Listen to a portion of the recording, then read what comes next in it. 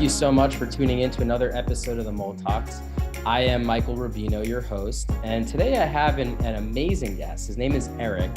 Erik, first off, thank you for taking the time to be here. I know you are working on some really amazing things every single day, so really appreciate and value the time you're taking here to share your story. Why don't you go ahead and introduce yourself and let people know why you're here?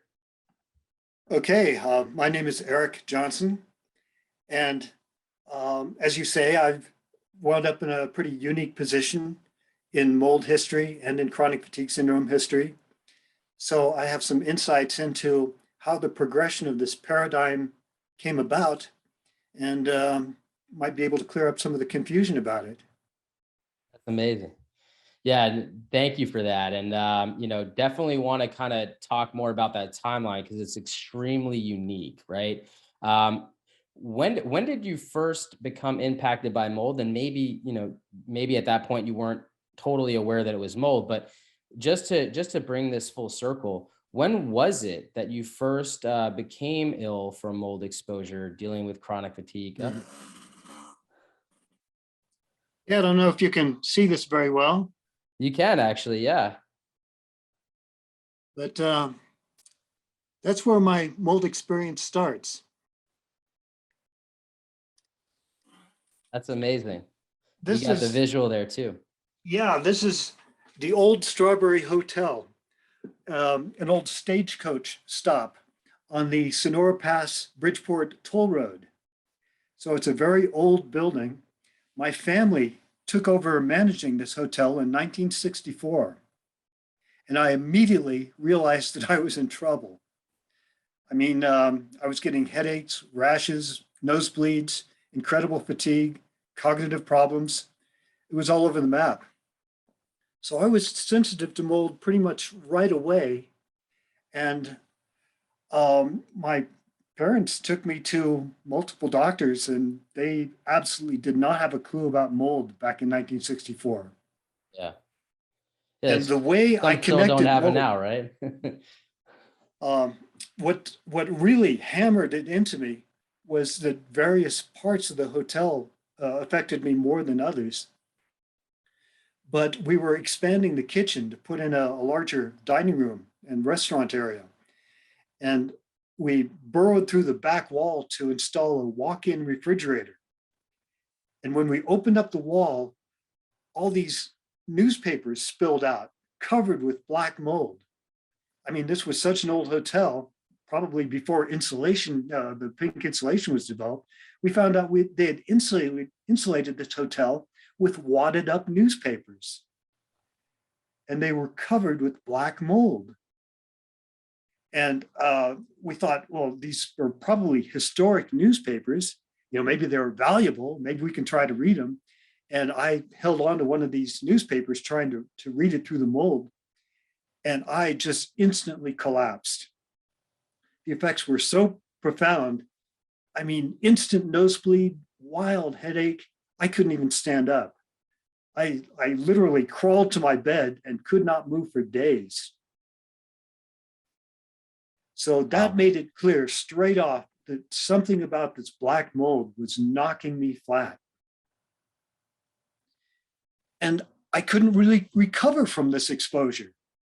No matter how much I tried to stay outside, get exercise, lead an athletic, healthy life, just the time that I spent inside knocked me out far more than any allergy. It really had permanent, it affected my development as a child, really slowed me down. I mean, it put me behind in school. My headaches and fatigue were so bad, I could barely function, couldn't really socialize with other kids in a normal way, except during the summer. During the summertime, in order to free up room in the hotel, my brother and I would go out and sleep in the buggy barn, a little coach, shelter next to the hotel. And every summer, I would recover to the point of acting and looking like a normal kid. And I wanted to sleep out there all winter long, but my mom wouldn't allow that. But this drew my attention to mold so dramatically that it was on my radar all through the development of this paradigm, the emergence of this mold epidemic, because I was watching how people's attitudes toward it existed in the 1960s and 70s.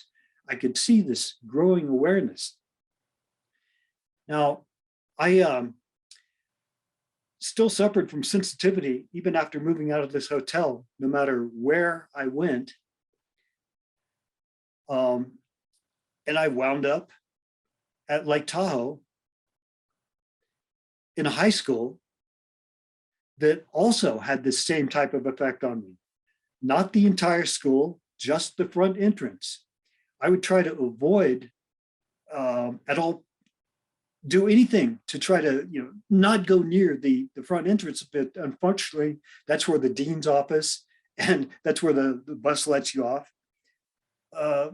But I would actually run around to the east entrance of the school, try to use the side entrance, and just momentary exposure to this one area knocked me out in the exact same way that this old hotel did.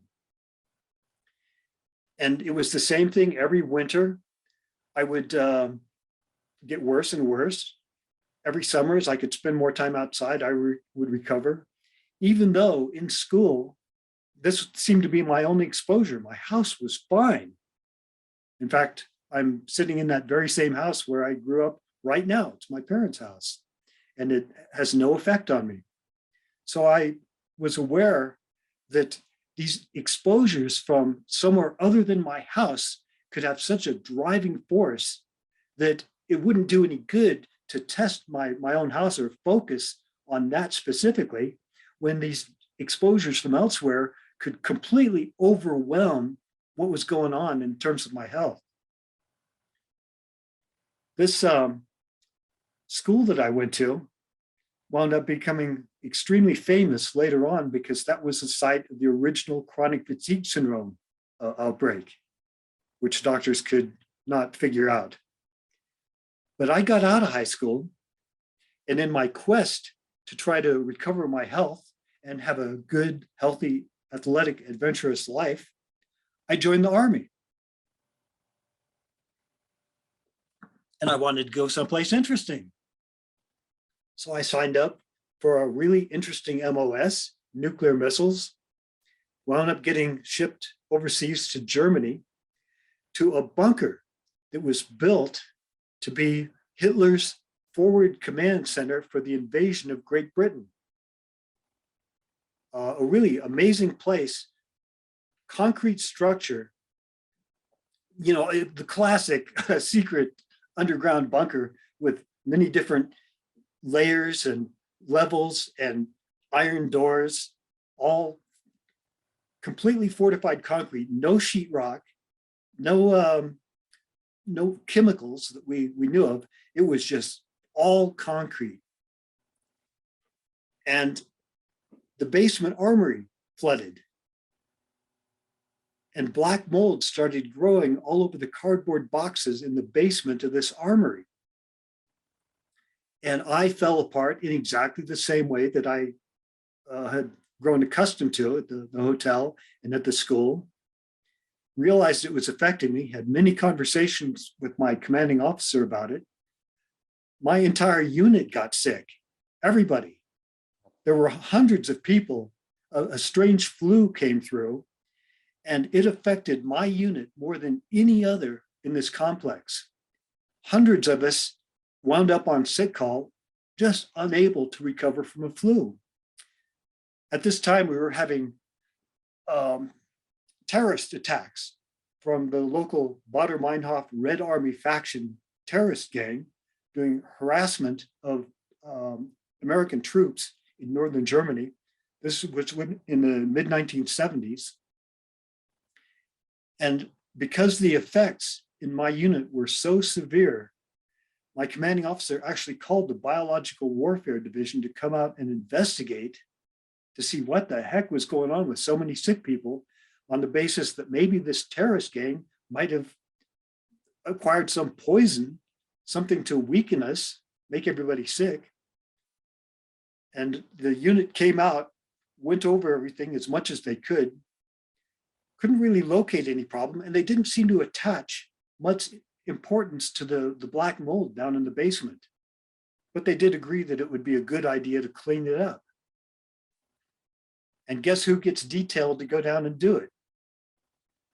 I realized that I was going to be highly affected by this black mold due to my past. And I asked my commanding officer if I could use my M17A1 gas mask as protection. And he thought that was a terrific idea. In fact, he wanted all of us who were detailed to go down to clean up the mold to wear our gas masks. But he applied to battalion headquarters and they said, no, those are reserved for warfare. You don't need them to clean up a mere allergy. So I get sent down into the bowels of the armory and I'm carrying out cardboard boxes dripping with this black mold. And within an hour, my platoon leader looks over and says, you better get out of here, Johnson, or you're going to pass out. I crawled up to my bunk, collapsed, and there again, unable to move for days. And this knocked me down to an even lower level of health where I was extremely I was hypersensitive before, but this put me through the roof.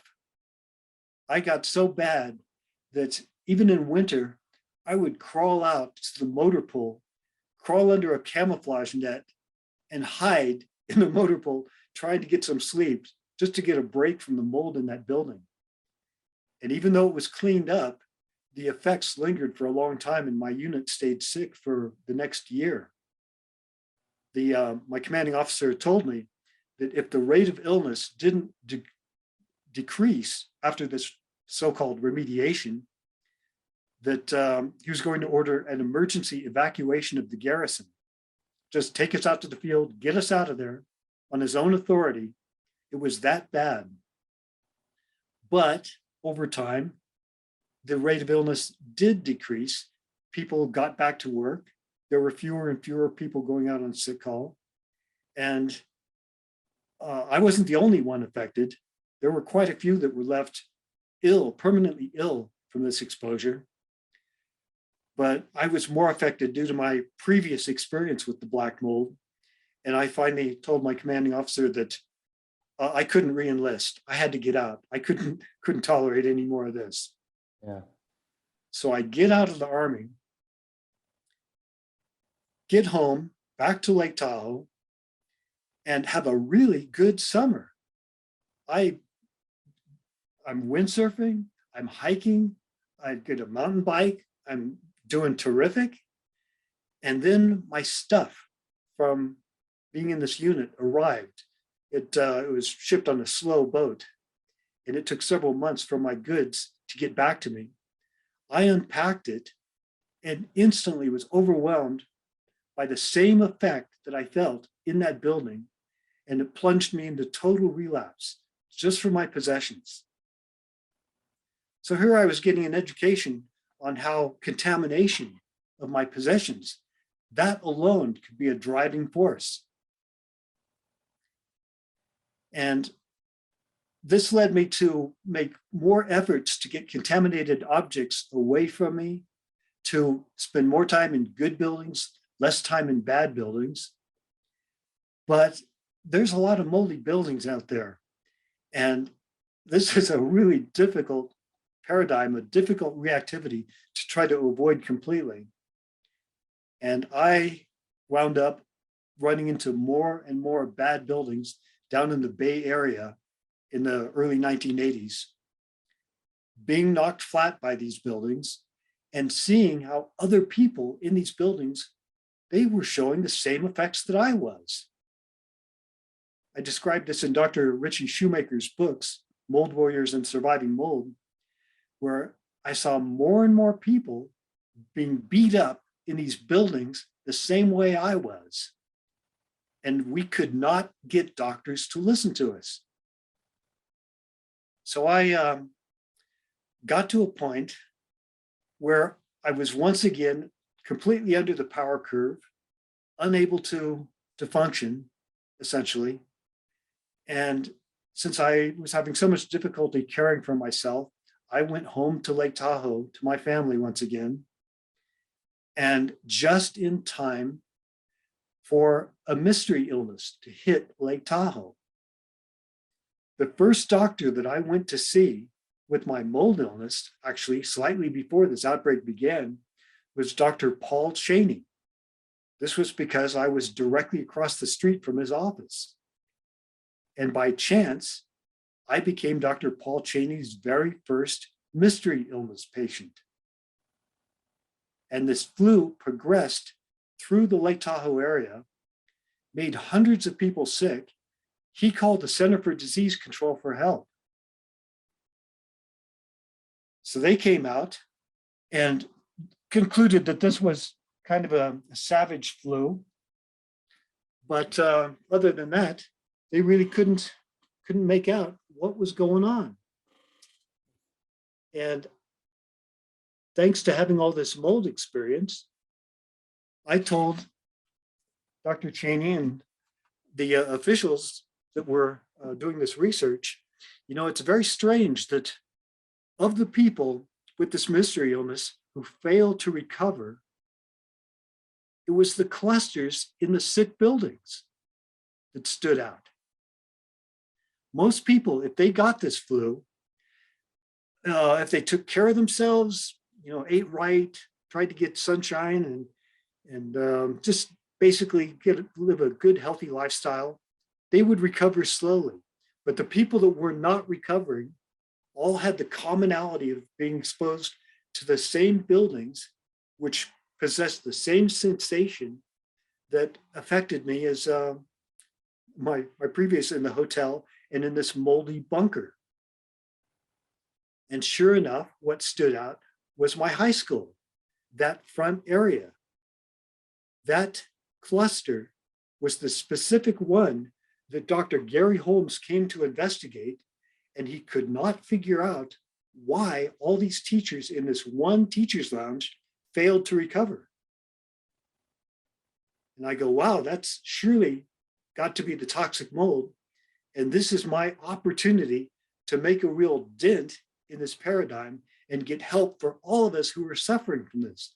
Because Dr. Cheney asked me to volunteer as a prototype for this new syndrome.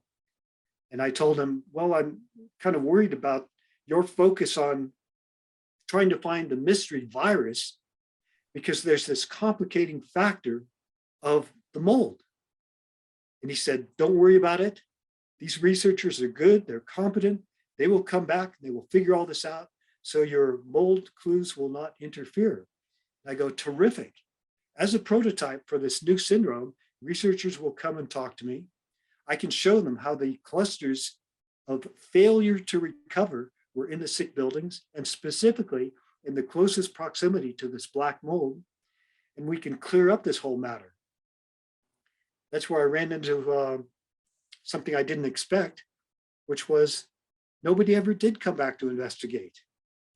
The moment the chronic fatigue syndrome definition was written, the matter was dropped. And from that point on, researchers identified people using this very vague, non-specific definition that didn't have any real markers or clues to go by, called that chronic fatigue syndrome, and no longer took any interest in the actual incident that this syndrome was based on. And that led to my efforts to contact Dr. Shoemaker and many, many others and try to put this mold factor back into the syndrome.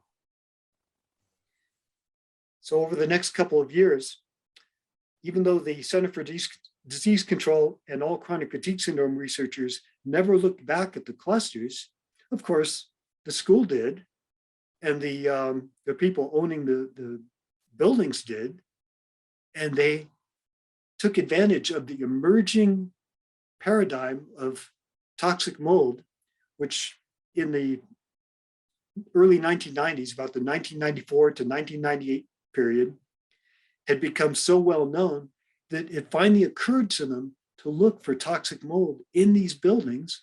And sure enough, they found not just mold in general, but Stachybotrys chartarum. This was found often enough that it was a common denominator.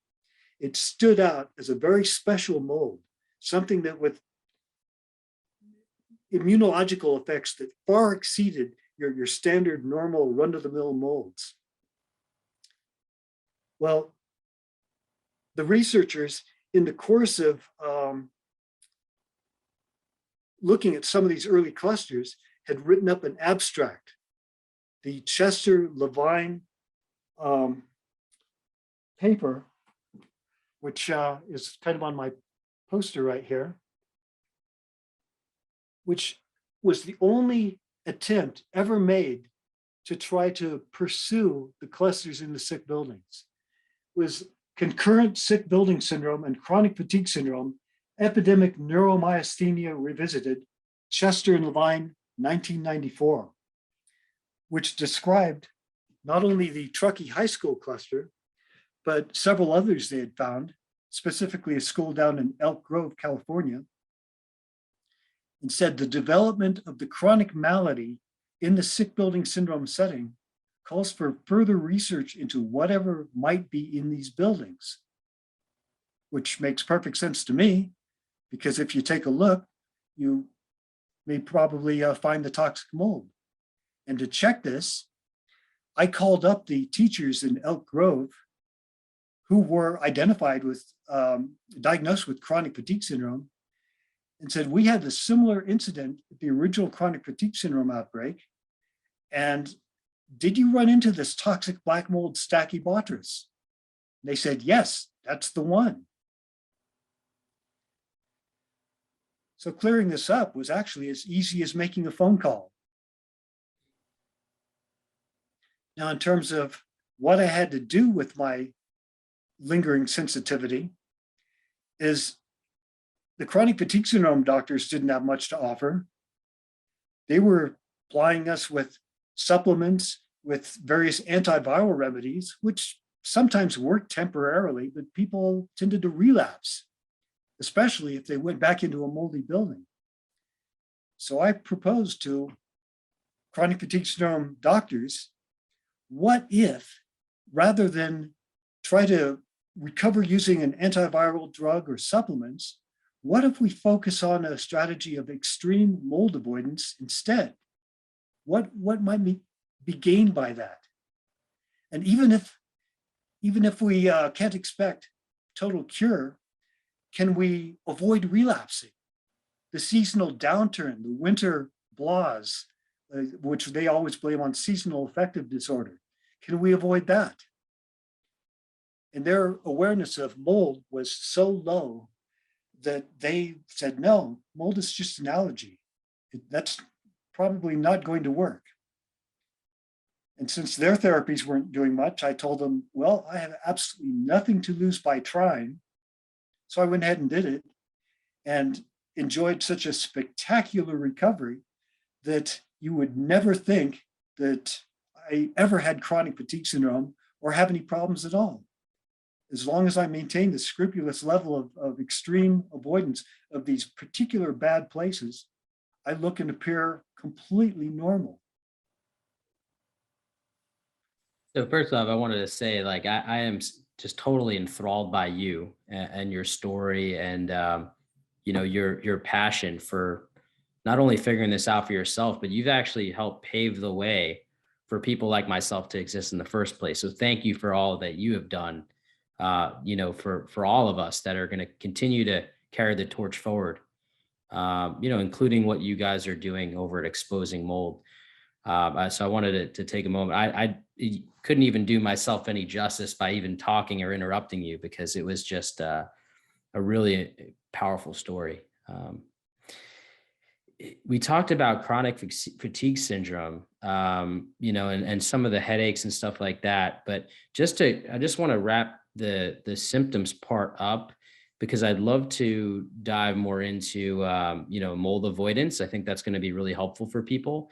What were your symptoms like besides what you've already covered? And maybe explain a little bit about the fatigue, because I know some people have this misconception as far as what chronic fatigue syndrome really is, what it feels like. And I would just love to kind of transition from there into how you started to recover and this whole mold avoidance that you've come up with that's worked spectacular for you. Well, the chronic fatigue syndrome is a really fascinating entity because this flu-like illness that hit Lake Tahoe was so scary, was so devastating, had such strong neurological features that people were terrified of coming to Lake Tahoe. It was crushing the economy, absolutely massacring the ski tourism. People were canceling. People come to Lake Tahoe to ski from all over the world, and they were calling up and canceling, saying, we don't want to come to Tahoe and catch the mystery illness. This mystery illness had made national headlines, and the whole world was terrified. And it's often said that the illness, whatever this Epstein-Barr virus illness was, it hit the country, but Tahoe got all the publicity. And that's true because Dr. Cheney and Dr. Peterson, they really focused in and publicized this whole thing. They brought out the Center for Disease Control, scared the world to death. And those of us who got this transient flu-like illness that went through, we had a disabling neurocognitive phenomenon that was equal to severe dementia. As Dr. Cheney put it, people who got sick with this flu couldn't find their own way home. People would get lost in a town with one stoplight. You couldn't remember a phone number. Nobody could. If you tried to, the math teacher couldn't add. The English teacher couldn't conjugate a sentence. People could not function.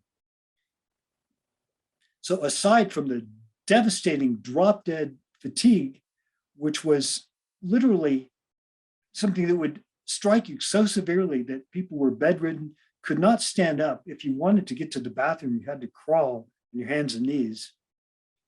It was a really terrifying illness. And in the midst of all this, they wrote up this definition and originally planned to give it the name myalgic encephalomyelitis, or at least post-viral fatigue syndrome. Realized that this was so scary that this would not alleviate the fear of coming to Lake Tahoe. So the Holmes Committee, the Center for Disease Control, hit upon the most amazing plan. Give the syndrome a really stupid, trivializing name, which made it sound like chronic fatigue. And I thought, oh, that's not going to work. People, they read the newspapers, they hear about the neurological problems, the disabling autonomic dysfunction, the postural orthostatic tachycardia syndrome, all these abnormalities that are so far beyond fatigue that the very name itself, chronic fatigue syndrome, is probably going to cause doctors to wonder, what the heck is going on here? How could such a terrifying, horrible disease have such a trivializing, idiotic name? Much to my amazement, doctors simply accepted it. It's like they fell for the trick. And all they had to do is come back to Lake Tahoe or read in the many books, newspaper articles, documentaries that were made about it, that this was actually a very savage, disabling neurological illness. And it seems to me that the combination of the virus plus the specific neurotoxic mold, and we know Stachybotrys chartarum in particular is a powerful neurotoxic agent, that this was too much for our immune system to handle, and we wound up sensitized, primed for future exposures. Because everybody I know came out of this left with a lingering sensitivity to sick buildings. So I came up with the idea of doing what I call the chronic fatigue syndrome mold history tour. And I would take people from all over who had been diagnosed with chronic fatigue syndrome to these very buildings just to observe their response. and it affected them all in exactly the same way. They could all sense it, they could tell. And this wound up in various books, documentaries, and even this did not result in any researchers coming back to straighten out what chronic fatigue syndrome really is. But it very much appears that what the original chronic fatigue syndrome was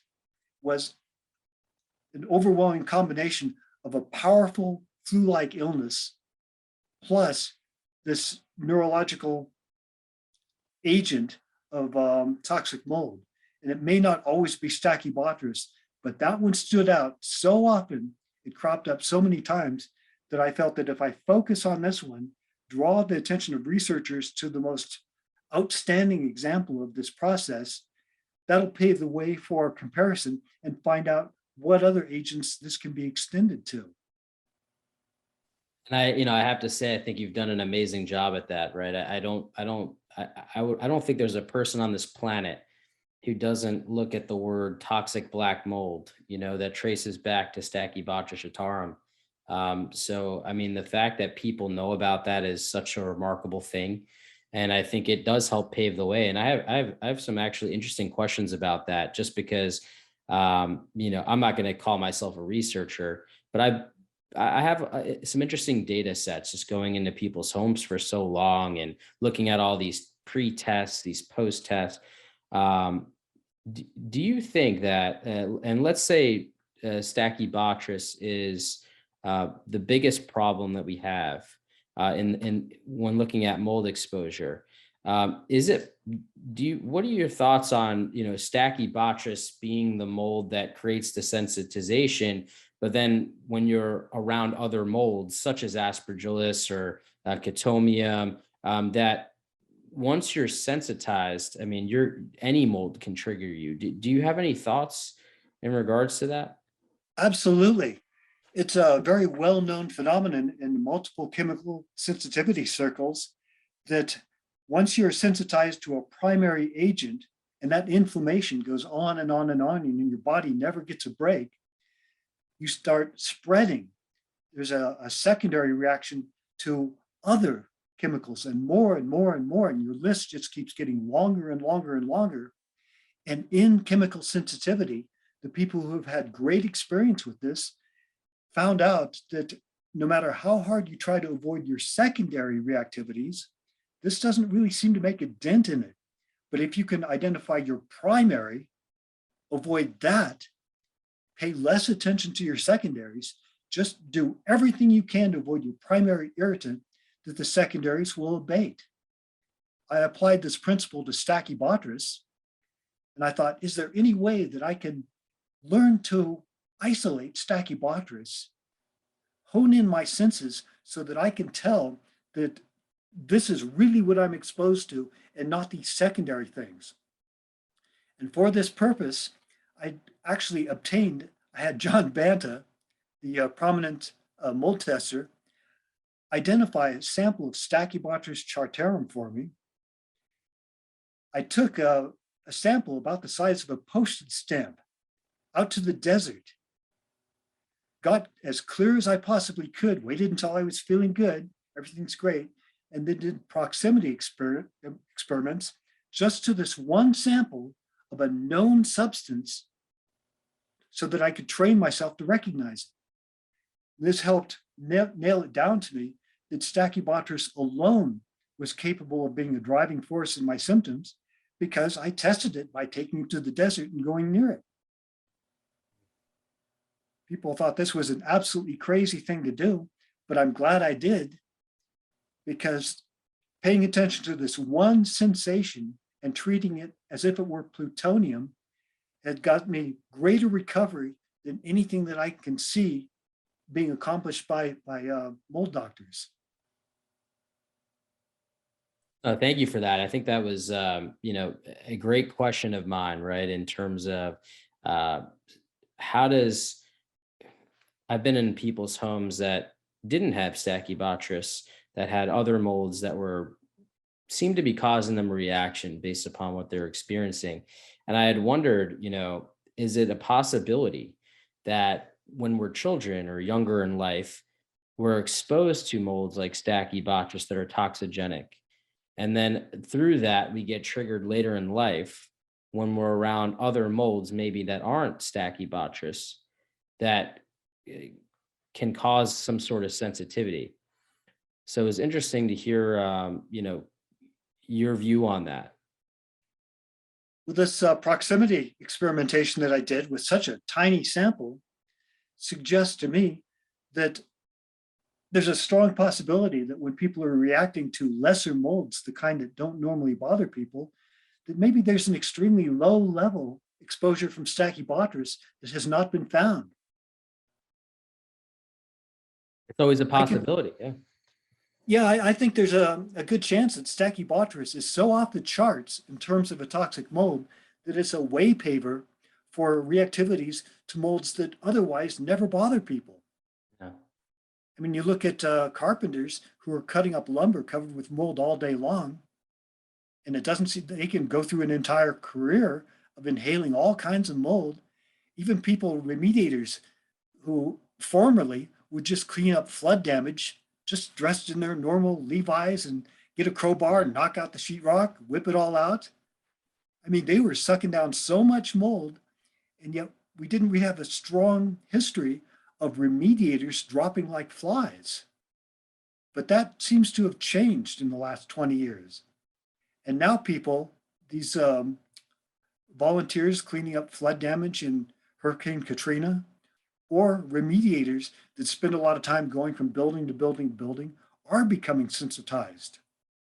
And very often when this happens, it eventually turns out that Stachybotrys was involved. Yeah, no, I mean, that does make sense. And even as a remediator, if it's always possible that Stachybotrys, a heavier, stickier mold, isn't showing up in the air sample. It's not on the swab, but when you open the wall to remediate, you could be remediating Stachybotrys without knowing it because you're not stopping the job and retesting. You're just removing any and all mold inside the area. So it's a very strong possibility. And based upon a lot of the conversations that I've had with you, it's been in the back of my mind. So thank you for giving me that perspective. Um, uh, we're running short on time, and I think one of the biggest things I want to ask you about now as we pivot is talking about mold avoidance. You said through mold avoidance you were able to heal, and a lot of people that come here, they're looking for answers on how to heal, and would love to hear your journey through that and how you've came through the other side of that. Well, after doing these proximity experiments, going out to the desert, I started to describe it to people. And somehow my strategy of turning myself into a mold dog, learning how to identify my primary irritant, translated into Erik says we all have to go live in the desert, which is not a lot of fun, and certainly wasn't my goal. I really had a plan, and that was to get clear and train myself and hone in on my primary irritant. And this turned out to be a terrific way to get better because by my refining my acute awareness of this one particular thing, and I know it sounds crazy because we all want to look at this as some kind of toxic soup where we have to avoid air fresheners and pesticides and diesel fumes, and that's kind of impractical. And I took a gamble on this spreading phenomenon and really, really paid attention to that sensation of the one thing that I learned to fear in Stachybotrys ridden buildings. And whenever I encounter that, I would get out of there as quickly as possible and decontaminate, take a shower, wash my hair really well, change my clothes, put my clothing outside so I wouldn't be bringing contamination home with me. And as a result of that, I was able to actually move right back into the very same location where I got sick so many years ago. And even though I travel around, go to these same buildings, and some of them are still sick buildings, I can handle it now. I can't spend a lot of time there. But if I get out and follow these procedures, decontaminate, lower my inhalation, my rate of inhalation in these places, I'll literally do that. I'll try to slow down my breathing. I will try to step away from the worst portion of the building. And over time, my tolerance has grown that I am existing in the very same area that I know is fully capable of driving me back into relapse. But with a little careful attention to the sensation, I can handle it now. It's amazing. And so you really just have figured out, how to slow your breathing down and how to decontaminate, and it's allowed you to avoid mold much more frequently than you probably normally would, because we take 20,000 breaths per day, and I don't know what that would be like if you slowed your breathing down, how to quantify that, but even if it's half the amount of breaths, I mean, it's significant, right? It's very interesting. And are there other things that you've done to avoid mold? I mean, you said something about you being in the house that you got sick. Did you fix the issue that was creating the water damage and the stachybotrys? Well, the houses that I've been in where I've been sick and I've had to evacuate a few, some of them could be remediated and some could not. And I decided that, well, several houses where I have lived, I finally determined the problem wasn't really in my house, it was my neighbor's house. And every time the wind blew from a certain direction, and I would go out and check the wind direction, I would relapse. And I realized that no amount of remediation in my house was going to fix my neighbor's house. Yeah. So I would actually say that one of the primary tools in mold avoidance is whenever you feel hit, whenever you feel the telltale sensations that you might be exposed to mold, stop and check the wind direction, even if you're inside. Because a draft coming through a house might give you an indication of what portion of the house is wafting this stuff toward you, and you can go to the other side of the house.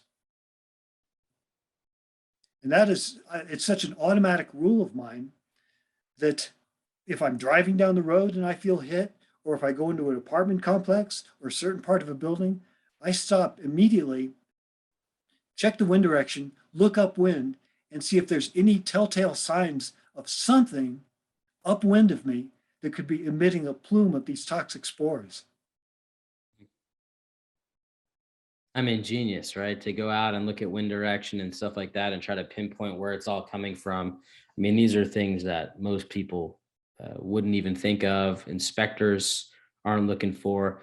And it makes a lot of sense, right? Because our houses are not hermetically sealed, and the wind definitely affects and impacts the air quality.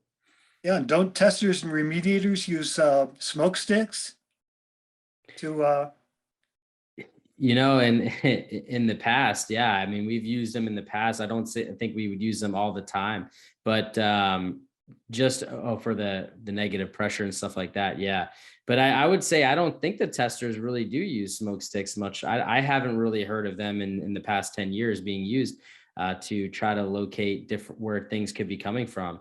I think they are doing more of a visual inspection, looking for signs of water damage and kind of going that route. So it's very unique, right? Especially if you're trying to deal with complex problems that you can't fix, or like rehabs that have been rehabbed over where there's no signs of water damage. You may have to really start to look at what's the air patterns here.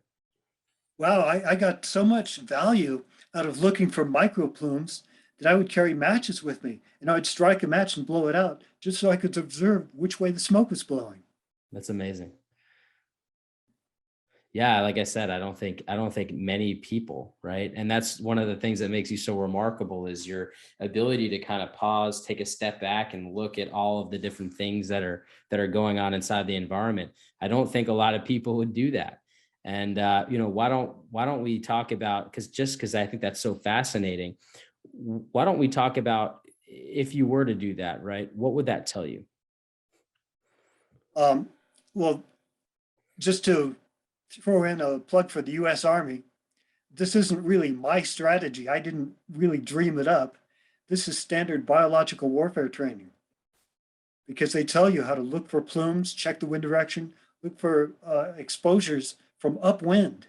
That is absolutely major. I mean, anytime you are on a biological warfare or standard ordnance battlefield, you want to look for wafting fumes, things that are moving on the air towards your location. So I was trained in all this, drilled in it to respond automatically. And when I realized that mold was affecting me much the same way as a biological warfare agent, my training kicked in. And so I have to really give credit where it was due. And it was my training. Well, yes, biological warfare training definitely gives you an unfair advantage for sure. But that's fascinating. That's really cool that that they taught you kind of how to look for these plumes so that you can see if the enemy is putting anything through the air that could impact you, and how you can utilize that training to apply it to the situation where you're looking with biological contaminants inside your own home. Yeah, so that's really what it looks like.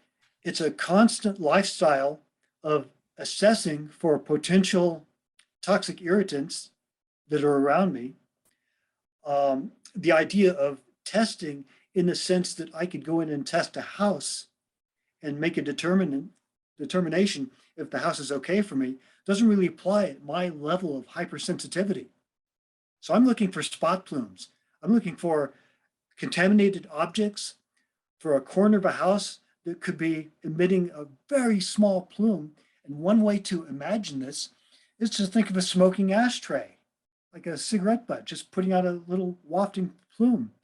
Because very often you can feel mold hits and visualize exactly as if it were the smoke from a cigarette. Step to one side. All you have to do is just step a few feet to one side of that plume, and it will drift past you just as smoke in a smoky bar might do. And you can keep some of it off your clothing, out of your lungs, out of your hair. And just exactly as you would not enjoy inhaling somebody else's cigarette smoke, you can avoid mold plumes. That's fascinating. Yeah, I've never really heard that concept until you spoke today. So I think that is really amazing for people who are looking to avoid mold. It's good to know that you can put yourself in different areas of the home to really observe how you change in your feeling. Do you recommend keeping a journal? I guess for some people that's useful. Um, Once we have a fairly clear idea of the mechanism of this, I don't think it's really necessary.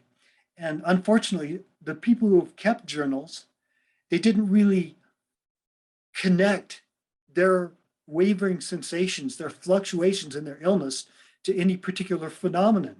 So that didn't really seem to be a productive tool.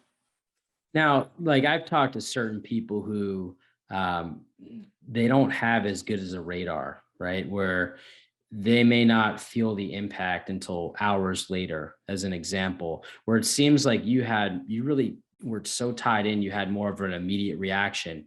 I've definitely talked to clients that have that as well. But what about the people that don't have that instantaneous reaction? It could make it a little harder for them to avoid mold in that, I guess, that regard, right? Well, when I started out this journey, even though I could get a vague sense of exposure, if it was an overwhelming, a really bad one, immediately, I would have that delayed response. Hmm. In fact, I started timing it. When I realized that certain areas were affecting me, I would deliberately go there, start my watch, and watch my progression of symptoms over the next couple hours to try to find out when my peak of reactivity was. And that was about 4 hours. So, yeah, it was a confounding factor because the bulk, the most intense reaction I would have might occur hours later. And the only way I knew this was by repetitive trips through the same location and realizing there was an aftermath later. However, once I got out to the desert and got clear, this seemed to put my body into a detox mode that unveiled my sensitivity as if the body was trying to reprogram itself for a greater sensitivity to my acute primary irritant, and my reaction time became quicker. The more time I spent out in the desert, out in the wilderness, the quicker the reaction time became. That lag time gradually faded away. So I wondered if this applied to others. So as I taught them about this technique, had them to go to the desert, I found the same thing. More time in the desert, the more time unmasked, the quicker the reaction time got, the better their ability to detect these exposures. Wow. I mean, that is honestly fascinating. So you really figured this out to a science. You had all these different experiments that actually allowed you to evolve and adapt this principle. Um, I guess, how practical is it today to go out into the desert and experience this? Are we at a point in 2022 now? I can't believe it's 2022 already, where is it more practical to avoid mold in other ways in the path that you took at this point in time? Or would you still recommend people are doing what you're talking about? Well, this is highly impractical. It is very difficult, time consuming. You have to put a lot of thought into it. You have to know what you're looking for. It's a pain in the butt. And I did not intend to become any kind of mold avoidance guru or teach people how to do this for the purposes of making this into some kind of viable lifestyle or any kind of therapy. Really, my major goal was to study this to the best of my ability and then put this information into the hands of our top researchers so they could develop the concept and they could make the determination what they want to do with this. And I have a feeling that the second part of what you just said did not come to fruition the way you had hoped. Yeah, obviously. uh, all right. So to keep this more light, because I think that if we start going down that path, this will probably get a lot more technical than the average person would like to hear. What are some of your closing words here in terms of, what from your journey can people learn from that can really help them, understand what they should be doing as next steps? A lot of people that listen to this, their families are going through, some tough times. And, sometimes you have a husband and wife where the wife is not feeling well, the husband doesn't understand. There's families that are impacted, and, some people have issues with their families even thinking this is real. So, would love for you to you know give any last closing advice that you can give. This has been such an amazing conversation, and I don't think we'll ever have as much information as we did in this podcast episode. Well, I'd just like to say that mold avoidance is a journey. It's not something that you can go out and undertake or succeed in immediately. It starts with the concept that there is a toxic mold and that you can avoid it. There are small steps that you can take to put yourself on the path to taking control of this. And every little bit helps. So that once you simply become aware that this is possible, that it's real, and that you can step away and you can take these little steps, you're automatically develop ways of considering how you might do that. Getting out of a bad building, avoiding a certain object, getting something out of your life that you brought in that kind of made you feel not quite so right. Just all these little things add up. And there are a lot of people who are on the verge of illness who are just starting into hypersensitivity, where by taking these little steps, simply becoming aware, they kind of almost automatically guide themselves into subtle forms of avoidance and experience some kind of recovery. Yeah, it's amazing. And where can people find you, Eric? I know you want to talk about exposing mold a little bit, and your journey that you're on today, and how people can find you and help support you. Well, Alicia Swami and Keely Severson have aligned with my goals of trying to get this information into the hands of top researchers. We formed this podcast, this group called Exposing Mold. And our goal is to talk about this as much as we can, bring awareness, eventually, hopefully, get this into the hands of researchers, and with a little bit of cooperation, put some of these strategies that we've developed into practical application. So we can be found just by looking up the Exposing Mold podcast. That's amazing. And I really appreciate all you do, all you've done, all you continue to do. Same with Alicia and Keely. You guys are amazing. Your podcast is absolutely unmatched. Thank you for all you're doing, and really appreciate it. For everybody listening, like I said, I don't know that we'll get a much more informative technical podcast as we have today. I hope you've learned as much as I did just by having Erik Johnson here with us. Erik, thank you so much. All right, glad to be of service.